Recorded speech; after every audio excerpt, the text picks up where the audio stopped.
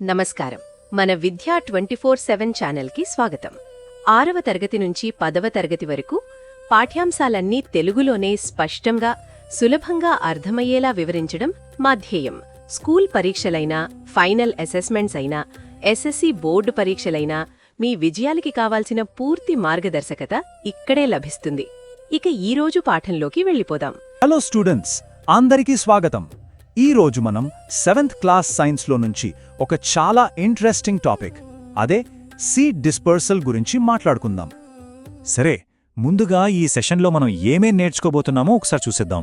First, seed dispersal అంటే ఏంటి, అసలు దాని అవసరం ఏంటి, ఆ తర్వాత ఈ విత్తనాలు ఒక చోట నుంచి ఇంకో చోటికి వెళ్ళడానికి హెల్ప్ చేసే ఏజెంట్స్ ఏంటో చూద్దాం. ప్రతి పద్ధతికి కొన్ని ఉదాహరణలు కూడా తీసుకుందాం.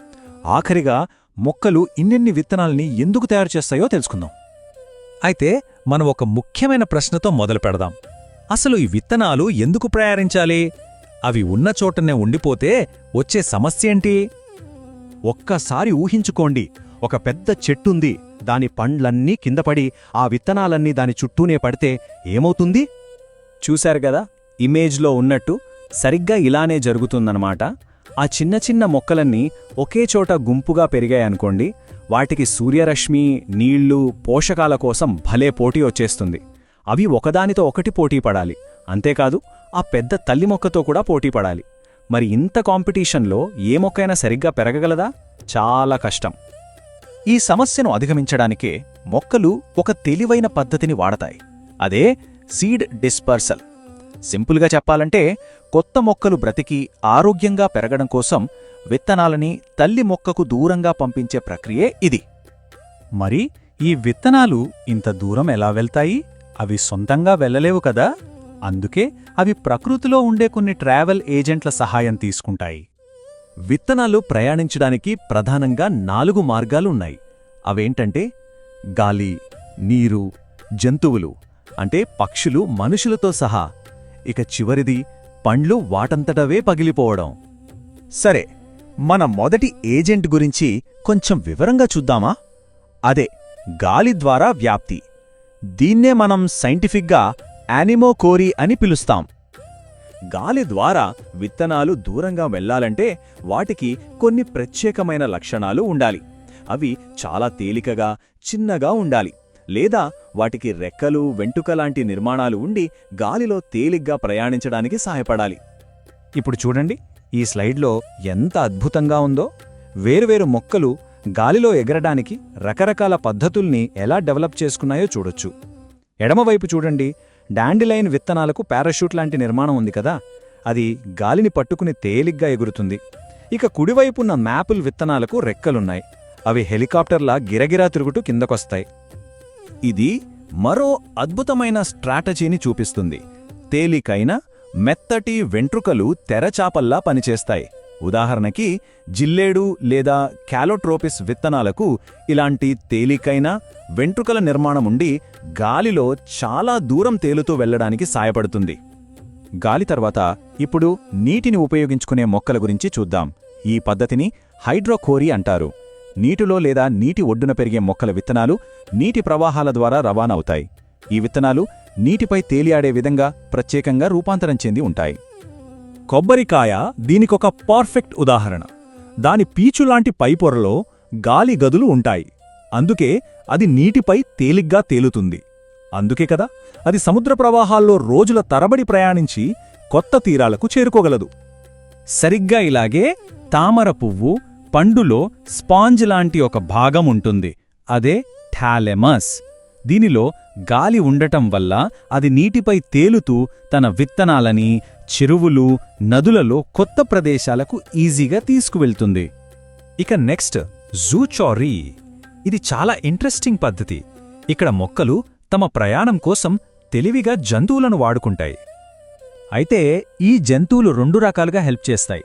ఒకటి, పండ్లను తినడం ద్వారా. అంటే జంతువులు మంచి గుజ్జుగా ఉండే పండ్లను తింటాయి కదా, కానీ గట్టిగా ఉండే విత్తనాలు మాత్రం వాటి జీర్ణ వ్యవస్థలో అరగకుండా సేఫ్గా బయటకొచ్చేస్తాయి. అలా కొత్త ప్లేస్లో న్యాచురల్ ఫర్టిలైజర్తో పాటు పడతాయన్నమాట. ఇక రెండో పద్ధతి అనుకోకుండా తీసుకువెళ్లడం. కొన్ని విత్తనాలకు కొక్కేలు, ముళ్ళు లాంటివి ఉంటాయి. అవి జంతువుల బొచ్చుగ్గానే మన బట్టలుగ్గానే అంటుకుని అవి వెళ్ళిన చోటికల్లా ప్రయాణించి ఎక్కడో ఒకచోట రాలిపోతాయి. పక్షులు దీనికి బెస్ట్ ఎగ్జాంపుల్. అవి వేప లేదా జామ పండ్ల లాంటివి తిని చాలా దూరం ప్రయాణించి వాటి రెట్టల ద్వారా విత్తనాలని కొత్త ప్రదేశాల్లో వ్యాపింపజేస్తాయి. ఇది మొక్కకు చాలా ఉపయోగపడుతుంది. ఈ స్లైడ్ జంతువులు పండ్లను తినడం ద్వారా విత్తన వ్యాప్తి ఎలా జరుగుతుందో స్టెప్ బై స్టెప్ చూపిస్తుంది. ఫస్ట్, జంతువు విత్తనాలున్న పండును తింటుంది. ఆ తర్వాత ఆ గట్టి విత్తనాలు జీర్ణ వ్యవస్థ గుండా ప్రయాణిస్తాయి. ఆ జంతువు కొత్త ప్రదేశానికి వెళ్తుంది.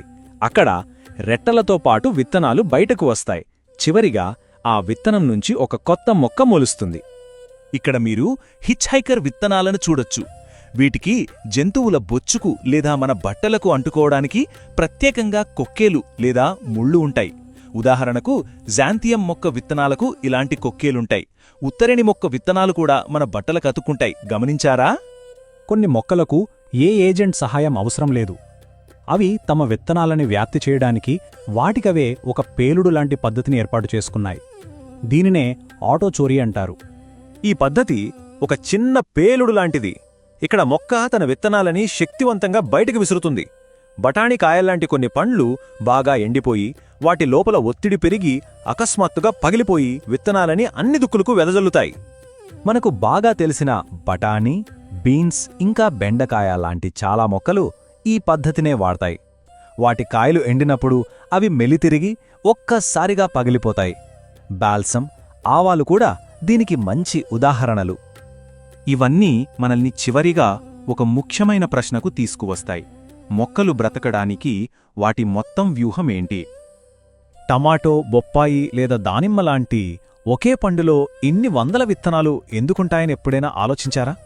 మొక్కలు ఎందుకు ఇంత భారీ సంఖ్యలో విత్తనాలని ఉత్పత్తి చేస్తాయి?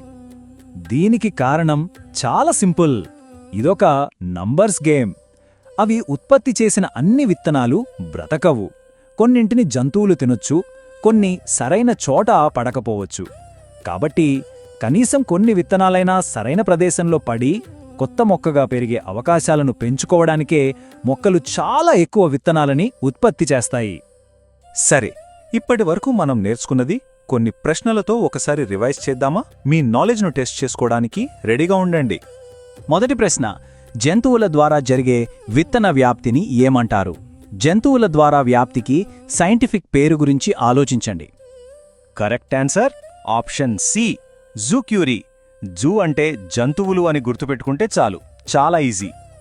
రెండో ప్రశ్న, ఈ కింద ఉన్న మొక్కలలో విత్తన వ్యాప్తికి గాలిని ఉపయోగించేది ఏది? ఈ విత్తనాల్లో ఏది గాలిలో ఎగరడానికి అనువుగా ఉంటుంది? సరైన సమాధానం ఆప్షన్ డి, డాండేలియన్. దాని పారాషూట్ లాంటి విత్తనాల సహాయంతో అది గాలిలో తేలియాడుతుంది. ఇప్పుడు మనం ఈ పాఠంలో నేర్చుకున్న ముఖ్యమైన విషయాలన్నింటినీ ఒక్కసారి క్విక్గా సమరైజ్ చేసుకుందాం. ఈ టేబుల్ 4 ప్రధాన రకాల విత్తన వ్యాప్తి, వాటి సైంటిఫిక్ పేర్లు, లక్షణాలు ఇంకా ఉదాహరణలను గుర్తించుకోవడానికి చాలా బాగా హెల్ప్ చేస్తుంది. గాలి ద్వారా ఎనిమోకోరి, తేలికైన విత్తనాలు, ఉదాహరణకు డాండిలియాన్. నీటి ద్వారా హైడ్రోకోరి, తేలి ఆడే విత్తనాలు, ఉదాహరణకు కొబ్బరికాయ. జంతువుల ద్వారా జూకోరి, గుజ్జు పండ్లు లేదా కొక్కేలున్న విత్తనాలు, ఉదాహరణకు వేప. ఇంకా పగలడం ద్వారా ఆటోకోరి, ఎండినప్పుడు పగిలిపోయే కాయలు, ఉదాహరణకు బఠానీ. విత్తనాలు ఎలా ప్రయాణిస్తాయో అర్థం చేసుకోవడం ద్వారా మొక్కలు తమ మనుగడ కోసం ఉపయోగించే అద్భుతమైన పద్ధతులను మనం మెచ్చుకోవచ్చు. మీ చుట్టూ ఉన్న మొక్కలను గమనిస్తూ ఉండండి. ఈ పద్ధతులు మీకు తప్పకుండా కనిపిస్తాయి. Let's make learning easy. ఈరోజు చూసిన పాఠం మీకు ఉపయోగపడిందని హృదయపూర్వకంగా ఆశిస్తున్నాను. ఇలాంటి మరిన్ని స్పష్టమైన, సహాయకరమైన, మార్కులు పెంచే పాఠాలు పొందాలంటే మన విద్యా 24/7 ఛానల్ను తప్పకుండా సబ్స్క్రైబ్ చేయండి. ఈ వీడియో నచ్చితే లైక్ చేయండి, మీ ఫ్రెండ్స్కి షేర్ చేయండి. మీ సందేహాలు, సూచనలు, తదుపరి నేర్చుకోవాలనుకున్న విషయాలు కింద కామెంట్స్లో రాయండి. మీ స్పందన మాకెంతో ముఖ్యం. మీ ఒక్క లైక్, ఒక్క షేర్, ఒక్క కామెంట్ కూడా ఈ చదువు వెలుగును మరింత మంది విద్యార్థులకు చేరుస్తుంది. మాతో ఉండండి. మీ నేర్చుకునే ప్రయాణాన్ని ప్రతిరోజు మరింత బలంగా, మరింత స్పష్టంగా, మరింత ప్రభావవంతంగా మార్చుకుందాం. ధన్యవాదాలు.